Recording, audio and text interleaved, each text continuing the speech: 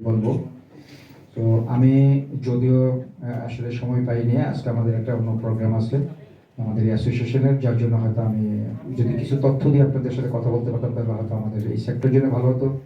আপনাদের হয়তো যে তথ্যগুলি সরবরাহ হলো আপনাদের জন্য হয়তো ভালো হতো, সেটা হয়তো প্রচার করার জন্য। তবে আমি কিছু একটু একটু বলি। বিসমিল্লাহির রহমানির রহিম। সম্মানিত ক্যাপিটাল মার্কেট জার্নালিস্ট ফোরামের সদস্যবৃন্দ, গণ্যমান্য অতিথিবৃন্দ, সম্মানিত সহকর্মী, ইন্স্যুরেন্স অ্যাসোসিয়েশনের বিশিষ্ট সদস্য এবং আমার সাংবাদিক ভাইয়েরা, আসসালামু আলাইকুম। আপনাদের সকলকে আন্তরিক শুভেচ্ছা দিয়ে এবং রমজানের পবিত্রতা রক্ষা করার আহ্বান জানিয়ে আমি আমার বক্তব্য শুরু করছি। আজ বাংলাদেশ ইন্স্যুরেন্স অ্যাসোসিয়েশনের নবনির্বাচিত সভাপতি হিসাবে আপনাদের সামনে দাঁড়ানো আমার জন্য এক পরম সম্মান ও গৌরবের বিষয়। আমি সিএমজেপের সকল সদস্যের প্রতি আন্তরিক কৃতজ্ঞতা প্রকাশ করছি, যারা আর্থিক ও পুঁজিবাজার সংক্রান্ত সংবাদ প্রচারে নিরলস প্রচেষ্টা চালিয়ে যাচ্ছেন।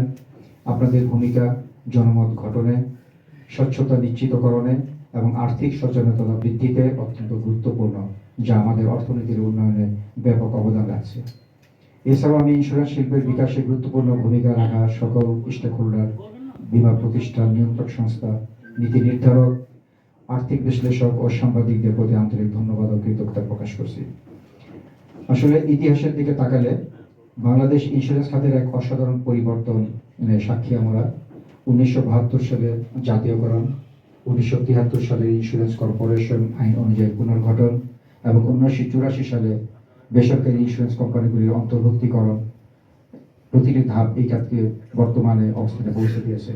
বর্তমানে আমাদের দেশে 80টি ইন্স্যুরেন্স কোম্পানি রয়েছে, যার মধ্যে 35টি জীবন বীমা এবং 45টি সাধারণ বীমা প্রতিষ্ঠান, যারা সম্মিলিতভাবে প্রায় 1.89 কোটি ব্যক্তিকে বীমার আওতায় এনেছে। কিন্তু এত অগ্রগতির পরেও বাংলাদেশে ইন্স্যুরেন্সের প্রবেশের হার মাত্র 0.5%, যা আন্তর্জাতিক মানের তুলনায় অনেক কম। এবং আমাদের প্রতিবেশী দেশ ভারত, যেখানে তাদের এই ইন্স্যুরেন্স সেক্টর আছে 4.0%, শ্রীলঙ্কা আছে 1.2% এবং পাকিস্তানে 0.8% তুলনায় আমরা পিছিয়ে আছি। বাংলাদেশ ইন্স্যুরেন্স অ্যাসোসিয়েশনে দেশের বীমা শিল্পের একমাত্র শীর্ষ সংগঠন। সংগঠনটি জন্মলগ্ন থেকে বীমা শিল্পের উন্নয়নে কাজ করে যাচ্ছে। বর্তমানে আমাদের যে ইন্স্যুরেন্স সেক্টর নিয়ে আমরা কাজ করছি, সেটা আপনার জনগণের জীবন ও সম্পদের ঝুঁকি আবৃত করে সেবা প্রদান করে আসছি আমরা। আমাদের দেশের মোট জিডিপির তুলনায় বিমার পেনিট্রেশনের হার অত্যন্ত কম, এমনকি পার্শ্ববর্তী দেশসমূহ থেকে অনেক কম। আমাদের বিমা খাত বর্তমানে বিভিন্ন চ্যালেঞ্জের সম্মুখীন, যেমন কোভিড-19, পরবর্তী রাশিয়া ইউক্রেন যুদ্ধ, গাজা ইসরায়েলের আগ্রাসন, ডলারের অস্বাভাবিক মূল্য বৃদ্ধি, বিশ্বব্যাপী মুদ্রাস্ফীতি, তেলের অস্বাভাবিক মূল্য বৃদ্ধি, দেশের অর্থনৈতিক অস্থিরতা, বৈদেশিক মুদ্রার নেতিবাচক রিজার্ভ, রাজনৈতিক অচলাবস্থা ইত্যাদি কারণে বাংলাদেশের বীমা শিল্পের কাঙ্ক্ষিত উন্নয়ন সম্ভব হয়নি। তাছাড়া আপনারা জানেন যে বিগত আমরা বেশ কিছুদিন যাবত মানে অনেক বছর যাবতে আমরা কি অবস্থা ছিলাম সেটা আপনারা সবাই প্রত্যক্ষ। এত কিছুর যেই গণতন্ত্র হরণের ব্যাপার আমরা যেটা বলি, যেটা অর্থনৈতিক লুটপাটের কথা বলি, তার একটা যে একটা বিকাশ ঘটেছে, যেটাকে আমাদের এই আগস্টের মাধ্যমে, সেটা আপনারা সবাই অবগত। যার জন্য কিন্তু আমরা এই সেক্টর কিন্তু যে একটা প্রচার প্রকাশনা বা বিকাশ ঘটাবো, সেখানেও কিন্তু আমরা কুক্ষিগত হচ্ছে। যেমন বীমা সচেতনতা এবং সাধারণ মানুষ ও ব্যবসায়ীরা এখনো বীমার গুরুত্ব, ঝুঁকি ব্যবস্থাপনার ভূমিকা পুরোপুরি আসলে তারা বুঝেন না। এবং নিয়ন্ত্রক সংস্থা কর্তৃক নীতিমালার সংস্কার চলমান থাকলেও কার্যকারিতা ও বিশ্বাসযোগ্যতা বাড়াতে আরও সমন্বয়ের প্রয়োজন রয়েছে বলে মনে করি। ডিজিটাল প্রযুক্তির ব্যবহার বাড়িয়ে গ্রাহকদের আরও সহজে বীমার আওতায় আনা প্রয়োজন বলে আমরা মনে করছি। বিশ্বাসের অভাব ও দ্রুততর সময়ের দাবি নিষ্পত্তি, স্বচ্ছতা এবং উন্নত সেবার মাধ্যমে গ্রাহকদের আস্থা অর্জন করাও আমরা জরুরি বলে মনে করছি। তাছাড়া বীমার প্রতি জনগণের আস্থা বৃদ্ধি, সময় মতো সকল প্রকার দাবি পরিশোধ, এনজিও কর্তৃক বীমা করার অধিকার রহিতকরণ, ব্যাংকের ঋণ গ্রহীতার জীবন বীমা পলিসি গ্রহণ বাধ্যতামূলক করার প্রস্তাব, বীমা শিল্পের জন্য প্রয়োজনীয় বিধান প্রণয়ন, ভ্যাট ট্যাক্স সংক্রান্ত সমস্যাগুলির সমাধান, মোটর ইন্স্যুরেন্স বাধ্যতামূলককরণ, বেসরকারি খাতে পুনঃবীমা কোম্পানি গঠন, জাতীয় রাজস্ব বোর্ডের সাথে ভ্যাট, দ্বৈত কর ও কর হার হ্রাস প্রণের বিষয়ে সিদ্ধান্ত গ্রহণ, বিভিন্ন সরকারি ও বেসরকারি স্থাবর ও অস্থাবর সম্পত্তির বীমা করা বাধ্যতামূলক করণ বলে আমরা চ্যালেঞ্জ বলে মোকাবিলা করছি, যে এটা নিয়ে আমরা আসলে যদি কাজ করি তাহলে এই ক্ষেত্রে আমাদের অর্থনৈতিক প্রবৃদ্ধি সহ এই সেক্টরটা একটা উন্নত একটা জায়গায় যাবে বলে আমরা বিশ্বাস করি।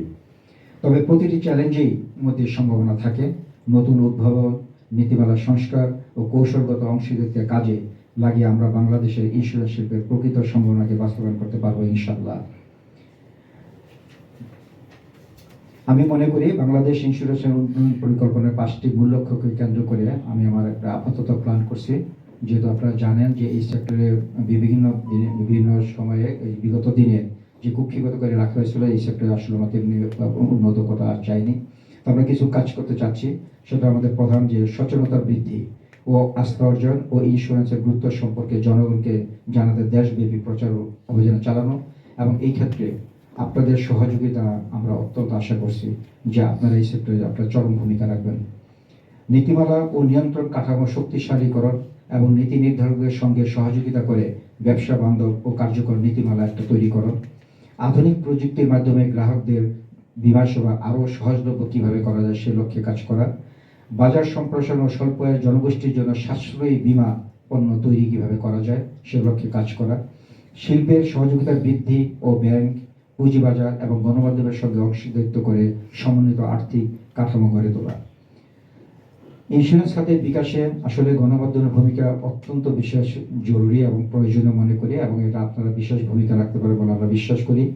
এবং গণমাধ্যমে ইন্স্যুরেন্স সম্পর্কে জনমত গঠনে অত্যন্ত গুরুত্বপূর্ণ ভূমিকা পালন করে। সিএমজবের মতো প্ল্যাটফর্ম পুঁজিবাজার এবং আর্থিক খাতের সংবাদ প্রচারের মাধ্যমে গুরুত্বপূর্ণ অবদান রেখে চলছে। আমি বিশ্বাস করি যে ইন্স্যুরেন্স খাত ও আর্থিক সাংবাদিকতার মাধ্যমে আরও দৃঢ় সহযোগিতা জনগণের সচেতনতা বৃদ্ধিতে সহায়ক ভূমিকা রাখবে। আপনারা সাংবাদিকরা বীমা সম্পর্কে আচরণ, জনগণের আচরণ পরিবর্তন,